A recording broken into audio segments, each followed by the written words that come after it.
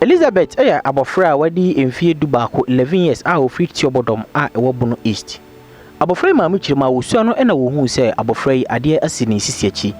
Wode call hospital ema doctors for ho adwuma de ma no. Anche bia na wo hu se abofra yi ne nan ahyase bom funfunja. Ne maame de ne call hospital ma doctors for mu se wonfa 2000 Ghana cedis scan 20 million emfamra na wonfa nye abofra yi nan ema no. Ne maame nso so asebi na adwuma abono adwuma woye no agu eba fie ekonye ne nsa antimi anka sikai. Enti afi 2018 ebesi afi 2022 mfie num enie no abofrai etifie na rahosem ne se abofrai nan no pra na proko atoda bia wutimu se abofra no kasai ai woni nan mu no etimi pra na abu abofrai nso se na ni so adi huna ne se anka opeso ko school na nkono so be panyimpa momemu a Elizabeth ene ne maame na sika 20 million a doctors for etwa mo no ewomu se mfie ne bia beka won sika ne bekosoro na wokakra na mekakra be yi no menim se betima aboa ama yetima rezi 20 million e kira a doctors for hwehwe fa wokakra efa mobile money number ewo screen yisu na yemfa emo a menuaba Elizabeth odi mfidu baako na nan no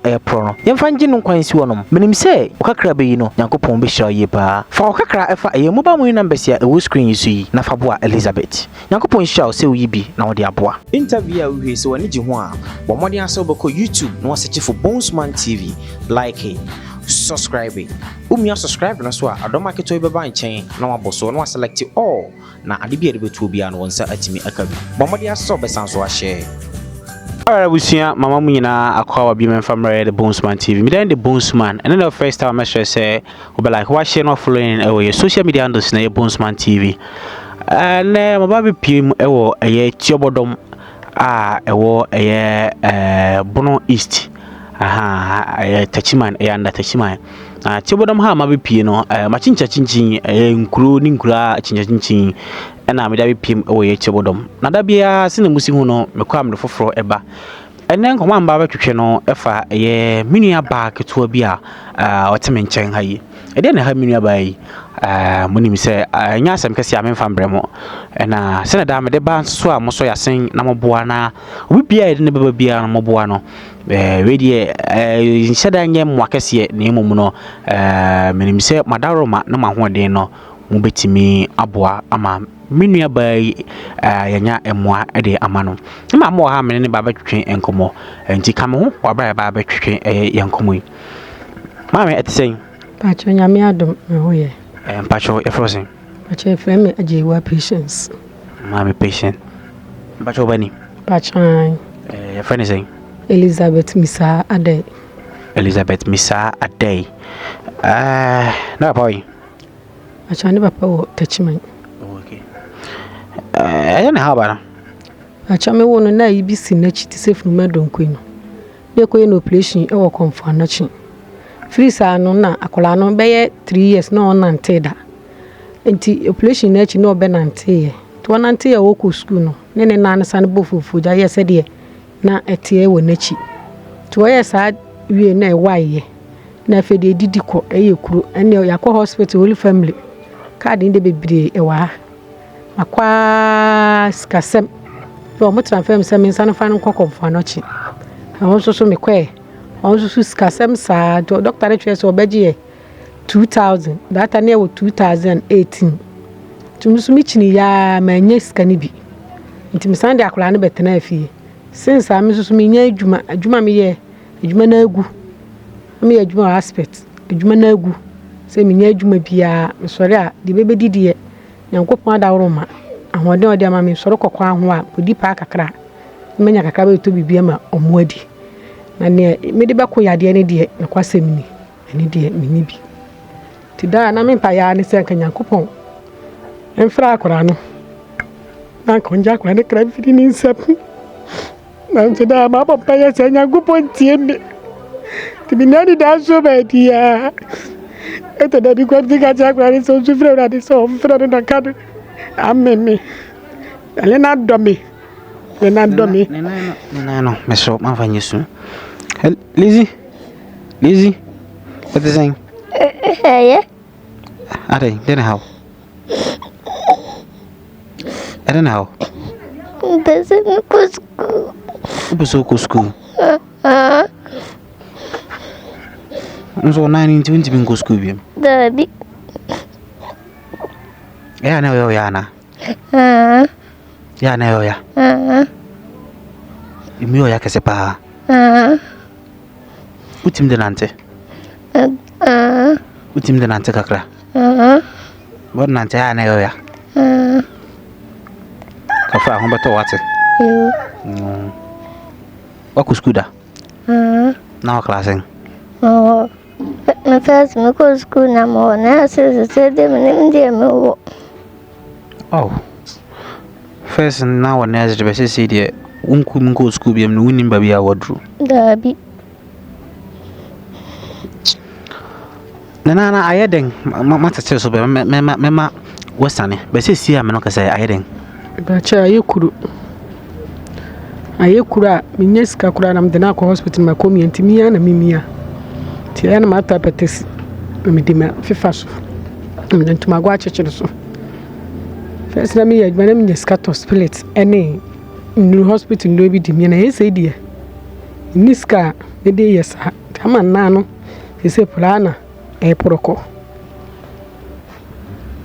ti me se bi so fo be mo ami na ha we mfiri mi ba yisu mami.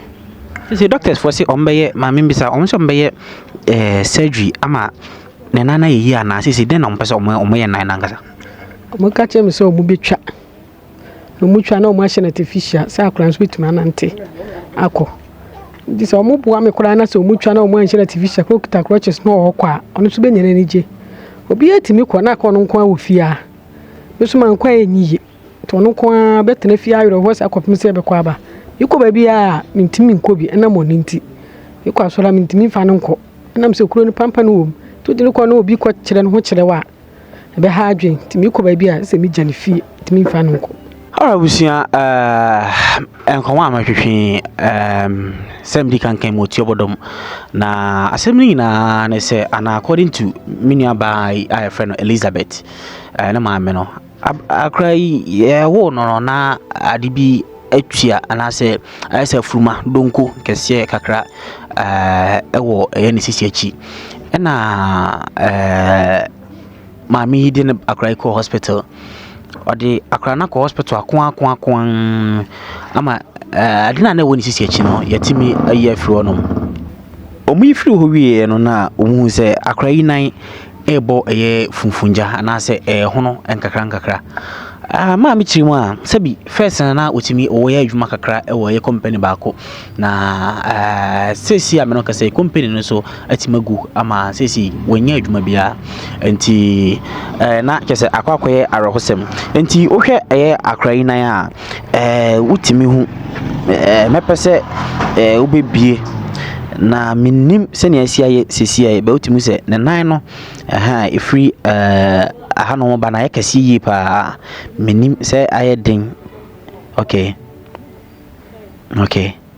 tutimi se ensuo ayedin abaginam na ne kotodwe no na e wose wo ha no ezi e wose wo ha no hu se aba aha no nti mepese na maame ube bie se na nan na sia ye no se nya de ehu bia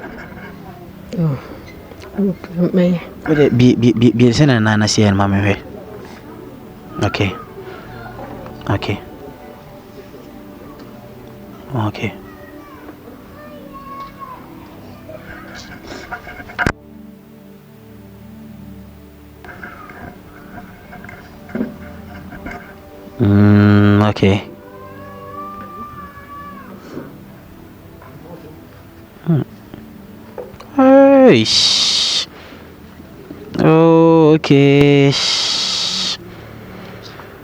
Anti abusia say na aya minua ba Elizabeth oso wadi mfie sen 11 years akra wadi mfie dubako 11 years say ena ne nan no asiaye afa abusia aya arahusem ye pa nan no menim yati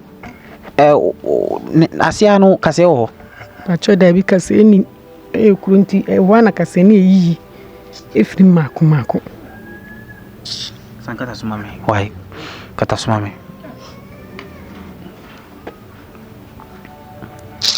Hey.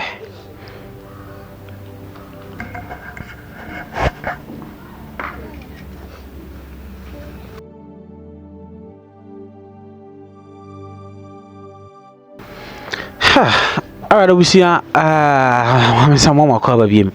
And Sabi, many about wadi mfie dubako, Elizabeth no. See, and nine no asiaye.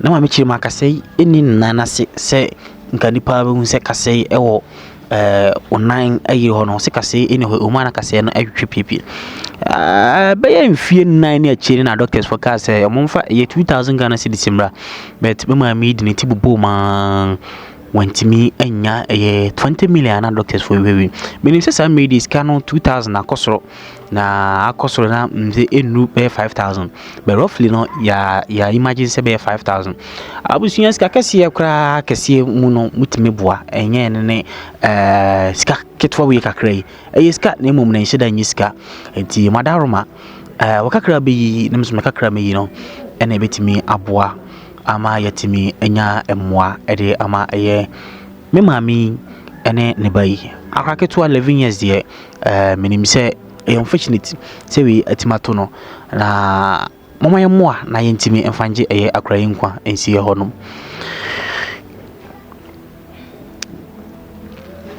nti anopa bia no misa anopa bia umia ne kuro ne saa acha sushi ene nchene ene patesi kuma na kuro na eso na esa isi anare acha edidi firi ne na ba no saa ne basuro na ahan je ya no ntese ye ne ya ote ho ni nyina yesu se kasa na yi saa ma na bisi ha se kasa ni ayi sesen ebu anade kasa no ewo ho abu no ade na ho to se mpompo na apai te pawi anabo na kasa no bi approachim na ye afidim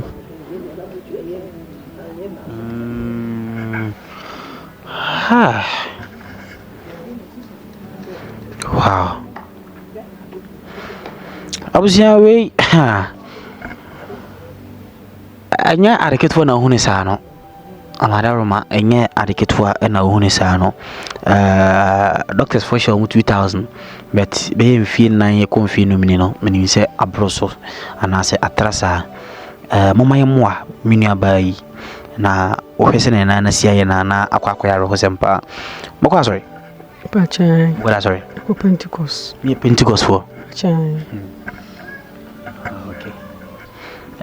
na sorry no matter say mo barichi ama wanzo mitmabwa na no de mo fanto sorry for pacha first one o mo na yeye mo ne adwuma na me ye no mo na boa ye sa me na ekọ no Techman Macedonia okay e wo Jako district to mo na boa ye ma akiredi no mo yeye ti na ma ye ma dwese me nka kire mo abere ne da bia no be mefa me hawo me de be kwa aka kire bi ntenu ntini ma me mo bia amane the first one there sorry na boa mo na boa ya sole ni adwuma na boa ye Pentecost na aspect for nyankopon hyamu pa nti abusia madaroma me de interview ni besi hanom na mene Elizabeth ne na ma me na be twen komoi na sam besi no me pese wo de last voice to amamfo anim de na pese mo nyama na de na be ka chom e me ka kira dofo ni so muhu mi mobo muhu mi bai su mobo no mumua na mi bai hu nto no na bi ekwa me ban so atimi yakobi Lizzie, mansu. Because school what? Yeah. Because school what? Yeah. No find you soon what? Yeah. Next year the over school why? Yeah. Na you here naoko school ni bi why? Yeah. You work kwasha class 1. You see yes me can do so class 1. Yeah. Ya super school be guest prefect what? Yeah. Mfanye you soon why? Yeah. School ndi obekọ what? Yeah. Mfanye soon. Abusia mama mfa dwuma de ni nyina nsi hanom ya rehosem se bi akra du baako na night ma yesi sebi blade kwatwa wa menim se na yawusi filifa enti mi dwuma de ni nyina yesi hanom yakopon show bi biara se ojebre na ohwe ya menim se mrepam no ya besa nso ahia okakra be yi no menim se beboa ama yaje elizin kwa ade asi wono makra mu nyina bye bye.